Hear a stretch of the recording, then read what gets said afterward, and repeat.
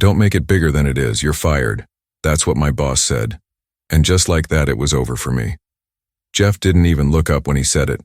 Just pushed the paper across the desk with one finger, like he was signing off on a conversation that never happened. The reason on the form? Creating unnecessary alarm that disrupted the team's operational environment. I stood there, silent. "My name is Thomas Miller. I'm 46 years old, maintenance technician. I worked 9 years at that company that handled support for the airline. 9 years of the same planes, same routines, same mistakes happening over and over. Never showed up late, never called in sick, never ignored a single system alert. And that's exactly what destroyed me." Jeff Callahan was the new operations manager. Showed up acting like some kind of savior. Young, well-connected, smooth talker in every meeting. To him, keeping the business atmosphere calm mattered more than warning the board about a real risk. He wanted a team that was aligned, noise-free, focused on efficiency. My reports, pointing out an intermittent fault in the pressurization system, were labeled overblown, too technical, alarmist. That morning the office was quieter than usual. Conversations stopped the second I walked in. Everyone knew. Someone always knows. HR had scheduled it as an operational review meeting, but it was just my ending, dressed up in corporate language. The official reason? You caused unnecessary alarm. The real one? I had warned them 3 times that the pressurization system on one of the airline's aircraft models wasn't reliable. 3 separate reports. Each one clearly detailed how the system was failing. Nothing catastrophic yet, but if no one looked into it, sooner or later, something would go wrong. They said it was too operational, not that those reports shouldn't reach the board. That day he didn't want to talk, just handed me the paper. What he didn't know was that every single one of those warnings, even the last, was already saved on my end. Time-stamped, with names, and exactly who ignored them. The fault first showed up on a muggy morning, 3 weeks before the maintenance shift rotation. I was still under the fuselage when the system flickered. A quick alert. The kind of thing that disappears if you don't know what to look for. But I knew. That wasn't normal. I went back to the panel, ran the checklist again, tried to replicate the event. Nothing, but in the internal log, the pressure fluctuation was there. Subtle, brief, but there. An intermittent fault in the pressurization system. The kind only someone who's worked on the same aircraft model for years would recognize as not random. I wrote the report that same afternoon. 5 pages. Technical but clear. I recommended a preventive shutdown to check the sensor and a full inspection of the control line. It wasn't overkill. It was protocol. I handed it over personally. Jeff didn't even let me finish. "This is way too technical, Thomas. Have Renee take a look first and see if you can trim it down to 1 page, all right?" I looked at him. "It's not about length. It's about safety," I said. He smiled. The kind of smile that says he's heard this before. "Relax. If it's really important, we'll escalate. But let's not make a fuss just yet." Renee was a junior engineer fresh out of an internship. Good kid. Smart, but green. She listened carefully, read the report, but looked uneasy. "Jeff asked me not to escalate until we've reviewed it more," she said. "I think he's trying to avoid noise with the board. You know how it is." I did. Guys like me don't get to sit in meetings. We hand off the problem, and it disappears into boardrooms we never see. If there's too much noise, it's the messenger who gets burned. And in that company, the fear of rocking the boat outweighed any will to fix what was broken. I didn't push it, but I logged everything into the system: name, date, signature. The next day, the report vanished from the shared folder. When I asked, they told me it was being reviewed at another level. No one ever returned it. No one asked for more details. No one grounded the plane. The following week, that same aircraft model was back on the runway, and by then I couldn't sleep right anymore, because it wasn't just the warning, it was the attitude, the forced silence, that feeling that the problem wasn't the risk, it was me. Still, I kept working, quietly, hoping I wouldn't see it again. But then it happened. A week later, a test flight triggered the same fault, and this time, I was on board. The light flashed. The alert tone echoed for less than 3 seconds, then nothing. But I saw it. I heard it. I was there. The second warning couldn't be ignored anymore. And right then I knew Either I protected myself, or I'd go down carrying the guilt of someone who tried to speak up. The fault came back a week later. I was on board a test flight, sitting on the fold-down seat behind the cockpit monitoring the systems. The alarm went off for 3 seconds. A sharp, insistent beep that died out before anyone could take it seriously. But I saw it. And more than that, I recognized it. Same error as the first warning, only now, stronger. When we landed, no one mentioned it. 2 engineers shrugged it off. Just a sensor glitch. Happens sometimes with this model. One of them even joked, maybe it's the air conditioner's ghost trying to talk to us. But I knew.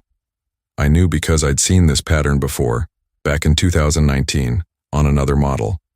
Back then, barely anyone listened, but we still acted in time. This was the same erratic behavior, and I wasn't going to ignore it again. That afternoon, I rewrote my report from scratch. No jargon. 1 page only. Clear title, Second Occurrence of Pressurization Fault, Model X73. I listed everything: date, time, flight number, crew names, intermittent event. I explained that the alert was brief but enough to signal a progressive failure risk. I repeated the recommendation: preventive grounding, full control line inspection. I sent it with highest priority. 2 hours later, Jeff showed up at my bench, report in hand. "Thomas, you got a minute?" We stepped into a small room next to the admin wing. He shut the door slowly, stayed standing, arms crossed. "Do you really think this kind of alert needs to go straight to the board?" "This isn't about the board, it's about safety. This is the second time, same model." He shook his head. "Thomas, I get where you're coming from. But you're stirring things up. It rattles the team, hurts morale. You need to understand the impact this has on the business. The impact of doing nothing could be much worse." He sighed and pulled the report from his folder. "This is still too technical. Renee will take another look. Then we'll decide if it needs to go up." I walked out of that room with a knot in my throat. No one wanted to listen. No one wanted the hassle. And this wasn't some clerical mistake. This was a real failure. A repeated one. That night, for the first time in years, I couldn't sleep. I kept going over logs, messages, screenshots. I organized both reports, the emails I sent, read receipts, all with names, timestamps, content, every single piece of evidence. I opened a new folder on my personal computer, saved everything, then emailed it to myself, as backup, as proof, as a scream kept in silence. The next morning, something felt off. Renee barely said hello, one of the techs muttered as he passed. "Word is you're trying to make a name for yourself. They're saying you've been overdoing the reports." That's when I realized they were isolating me, planting doubt, twisting my intent. At lunch, Jeff crossed paths with me in the hallway and said casually, "We don't want anyone getting a reputation as an alarmist around here, right?" I just nodded, but inside, something had already shifted, because it wasn't just about a warning anymore. It was about being dismissed, being treated like noise, like a technical nuisance in a company that only cared about looking efficient. Still, I kept working, quieter, more observant, until the third signal came. Only this time, I wasn't there. The one who took my place was the new engineer, Renee. I was at home when the plane went down. It was a Saturday morning. I turned on the TV like I always did, coffee in hand, mind still foggy from everything that had happened the past few days. And there it was, aerial footage, smoke, pieces of fuselage scattered across a field outside San Diego, red banner headline, Air West Flight 728 disappears from radar, crashes minutes after takeoff. Frozen, I let the cup fall from my hand. The image flickered. The anchor talked about possible causes, no official confirmation yet, but I knew. I recognized the model, the serial number. It was the exact aircraft showing the same warning signs, the same strange pressurization behavior, the same one I had reported twice. And the worst part? The third alert had been completely ignored. My head was spinning. I grabbed my laptop, opened my personal email, reread every attachment, every saved log. Renee's signature was still on the last checklist, same language I had used in my reports. Except for one glaring difference, the date.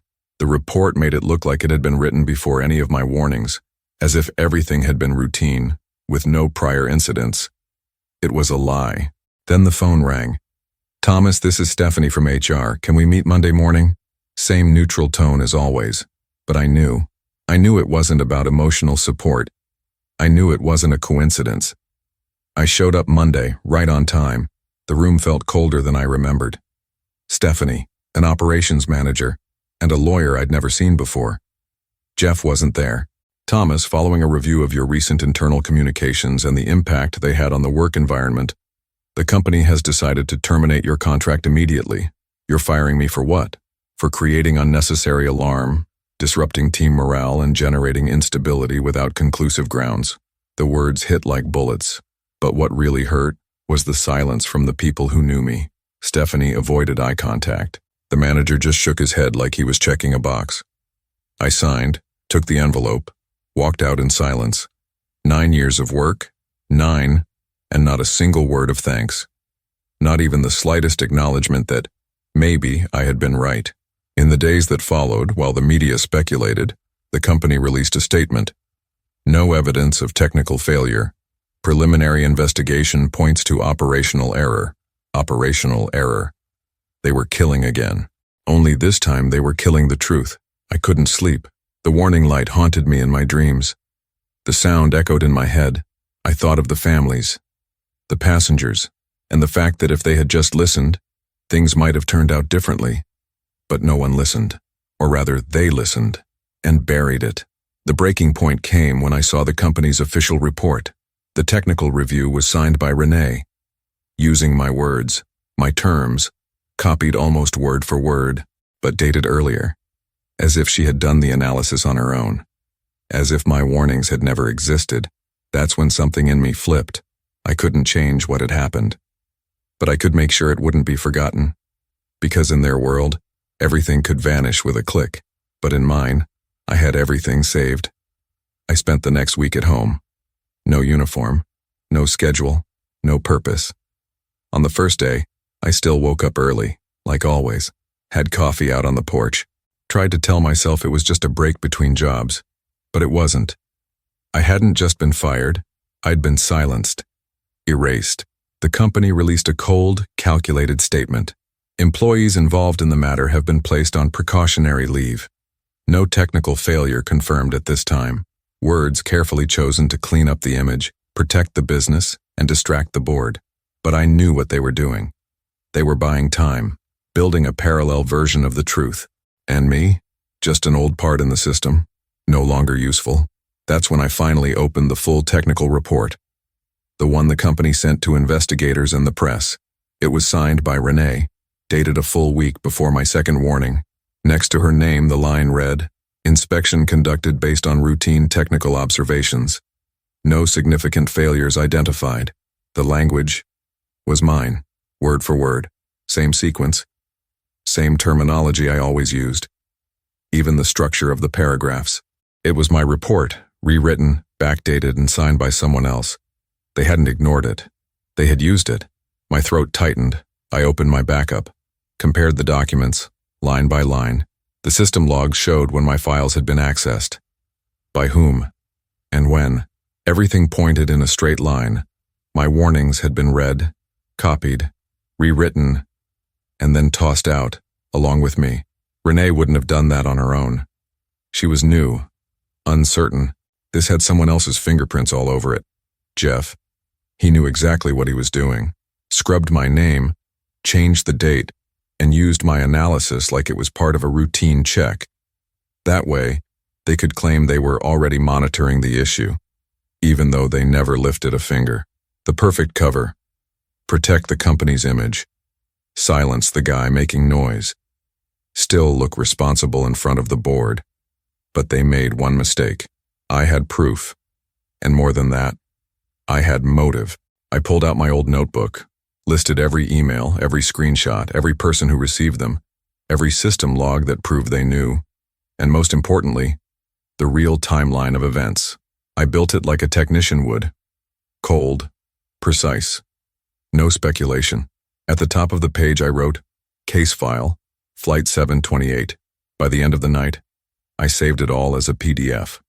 2 copies, one in the cloud, another on a flash drive hidden inside the lining of my kitchen drawer. But doing that only brought me to the edge of the abyss. Blowing the whistle without being heard would be like screaming underwater. That's when I thought of something I'd never considered. Not once in my entire life as a quiet, invisible technician. I said it out loud, alone in the room. What if I took this to the press? The next day, I looked up the name of an investigative journalist who covered transportation and aviation. I sent the first email with the subject line, "Ignored safety reports before San Diego crash. I was there." And I waited. A few hours later, the reply came. 2 sentences. "Can you prove all of this? If so, we talk tomorrow." The first call was short. "Thomas, this is Adam Grayson from the Sentinel Weekly. I need to know how much of this you can actually prove." I took a deep breath. He sounded calm, professional, but sharp, like a lawyer. I got straight to the point. I had copies of every email, every date, internal system logs, and technical comparisons between my reports and the company's final statement. There was silence on the line. "If all of that's in what you sent me, we've got a story." That night I barely slept. Part of me kept saying this could backfire, that the company might spin it all against me, that I was putting myself out there. But another part, older, more stubborn, kept reminding me I owed this to the people on that plane. The next morning, Adam called again. "Let's do this right. Can you come into the newsroom?" I declined. Said I preferred to keep everything digital, for safety. I didn't want to be seen walking into any building. He understood. Over the next few days, we exchanged emails, messages, calls. I sent him documents, context, timelines, taught him what an intermittent pressurization fault was, why it's so hard to catch, and why it demands immediate action, even without a constant alarm. Adam listened with a kind of focus I hadn't seen in 9 years at the company. "You're not doing this for revenge, are you?" he asked me once. I gave him a simple answer. "No, I'm doing this to keep them from erasing what happened." Meanwhile, outside my world, the company kept working to control the narrative. New internal memos were circulated. Group chats I used to be part of were shut down. Old colleagues stopped replying. It was like I had never existed. Jeff, of course, wasn't mentioned anywhere. The press only had access to what the company officially released. And in those reports, everything was under review, no evidence found, situation under control. But what they didn't expect was that someone on the inside was telling a different story. A story with dates, proof, and a timeline that didn't match theirs. On Friday, Adam called. His voice was heavier. "You sure you want to go through with this? Once the story drops, your name's going to be everywhere." I paused for a few seconds, then said, "They already buried my name. I just want the truth to come back up." He took a deep breath. Monday, front page of the investigations section. "Get ready for your inbox to explode." I hung up, then walked over to the closet where I had stored the uniform I'd never wear again, pulled out my old company badge, looked at the name printed there next to the company logo. I remembered the first day I walked into that place 9 years earlier. I remembered my wife, still alive back then, saying, "Now you have a place." They were right to choose you. They weren't right. They were calculating. And they discarded who they thought wouldn't fight back. That Sunday night, I barely slept. The article dropped at 6:30 a.m. Bold headline, "Former employee claims he issued 3 ignored warnings before Flight 728 crash." Subheadline, "Company allegedly used genuine technical report to mask responsibility." Excerpts from my documents were there. Names, dates, even the line Jeff told me the day I was fired. "Don't make it bigger than it is." In less than 2 hours, my phone froze from the flood of messages. Most were from strangers. Some were reporters. A few were former coworkers saying, "I knew something was wrong." But the message that hit hardest didn't come from a random number. It came from an internal company line. Just 4 words. "Can you come talk?" It was from the company. There was no tone, no apology, no threat. Just an attempt to sound civilized. But after everything they did after the crash, the silent firing, the effort to erase me from the records, that phrase sounded more like, "Let's negotiate before this gets worse." I replied that I would only communicate in writing. They called me right after. Private number. I let it ring out. They called again. This time I answered. "Thomas, this is Laura from Legal. We're open to hearing what you have to say. It's a sensitive moment, and we believe this can be resolved rationally." Rationally. That was the new tactic. They had moved from denial to damage control. The Sentinel Weekly article had gone viral. Aviation groups were discussing it. Former employee websites were posting excerpts from my reports. Anonymous comments started popping up on internal forums. He was always serious. Jeff ignored everyone. Renee looked uncomfortable signing that report. Their narrative was cracking, and with it, the shield of impunity. I agreed to join the conversation, but on one condition: everything had to be in writing, and my lawyer would be present. By that point, I had one, a family acquaintance who agreed to represent me pro bono. The first email exchange felt like a chess match. The company asked for confidentiality, downplayed the reports, and tried to frame it as a difference in how the severity of the issue was interpreted. I went straight to the point. The reports are mine. The words are mine. The date is later, and the signed statement was based on my material. This isn't interpretation, it's falsification. Silence. 2 full days. Then on Friday I got an email with the subject line, "Settlement Proposal." I read it, then read it again. Had to take a deep breath. They were offering money, not a fortune, but enough to look generous. In exchange, I'd have to sign a document stating that I had no further relevant information about the case, that I would make no public statements, and that I would not participate in any legal action against the company. In other words, shut up. Officially, I called my lawyer. "They're desperate," she said. "This is a hush agreement. Don't sign, not yet." That same day, another email hit my inbox. This time, it wasn't from the company. It was from the FAA, the Federal Aviation Administration. Subject: request for formal interview regarding reported failure on Flight 728. My heart raced. They were opening their own investigation, independent from the company, based on my documents. And now, I wasn't just the guy who wrote maintenance reports. I was a key witness in a federal case. The company didn't know it yet, but I could already feel the shift. It was the same building where I'd been fired. But that morning I walked in different. No badge, no uniform, nothing owed to anyone. I was greeted by one of the company's lawyers, a face I didn't recognize, and taken to a meeting room on the 8th floor, curtains drawn, air conditioning too cold, a long table with too many chairs for too few people. Across the table, Laura from legal, 2 other men in suits, and to my surprise, Jeff. Dark suit, shorter hair, tense expression. For the first time, he didn't look so sure of himself. They started with polite lines, apologized for how abruptly everything happened, said they recognized my years of dedication to the company, used the word misunderstanding at least 5 times. I didn't respond, just listened. After 20 minutes of empty talk, Laura shifted the tone. "Thomas, we're trying to keep this from escalating. The company has already taken a hit. The board's demanding action. We need stability." She slid a folder across the table.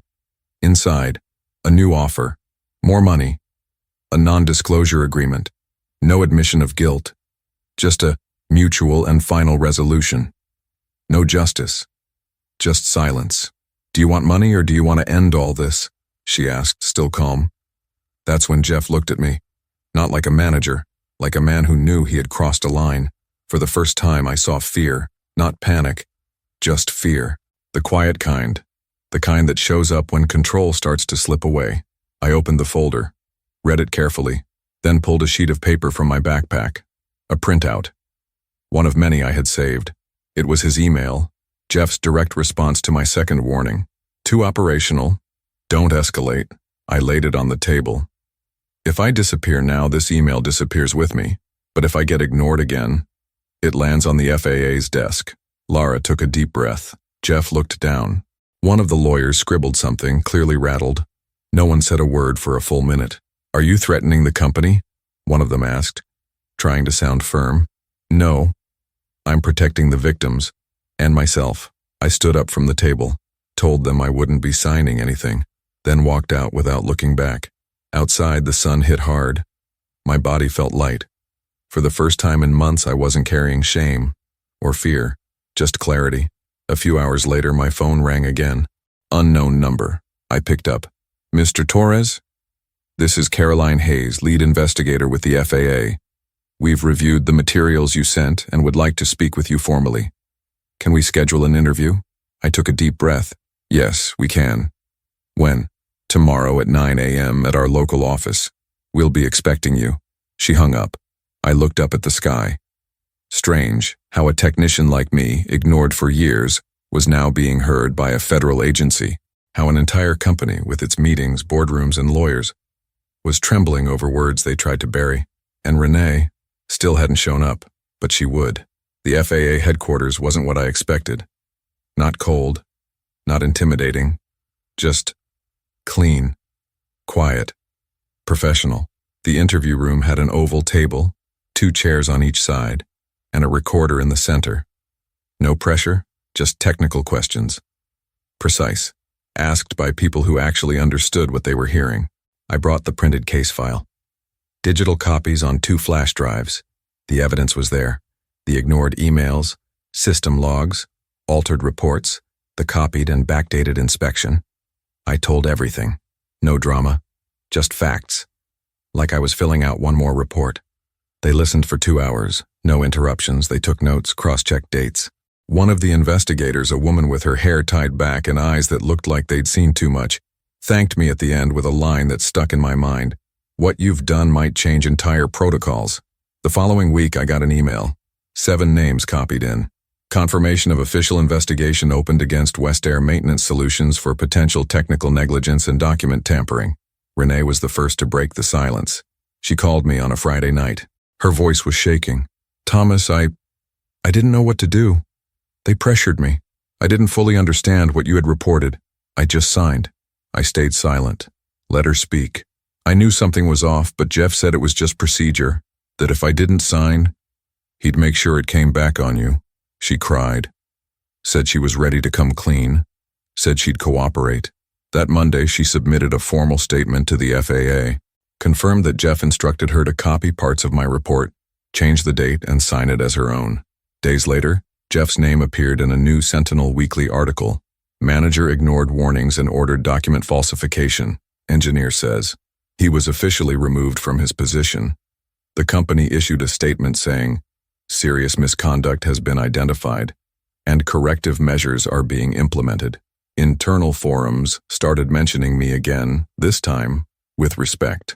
Some coworkers sent quiet messages, others just an emoji, but I knew what it meant. The FAA announced changes to how technical alerts are screened. New rules were issued on how subcontractor reports must be handled. And one key change. From now on, any report marked as a critical incident must be reviewed by 2 levels of management and logged with an irreversible digital trail. I was never contacted by the company again, and I never wanted to be. Today, I work in a different field, more distant, less visible, but still technical, still quiet. Only now, I'm heard. Last week, I visited the memorial for the victims of Flight 728. I stood in front of the name of a 5-year-old child. His mother had given an interview, said it was his first flight, that he was excited about the airplane. I left a copy of my old company badge there. No name on it, just the faded gray card with the company logo rubbed off. And next to it, a small piece of paper with 3 words. I tried warning. I walked back to my car without saying a word. But for the first time, I felt like some kind of justice had been done. Not the kind that shouts, but the kind that silences the guilty and listens to the honest. And you? Have you ever tried to do the right thing and almost paid the price for it?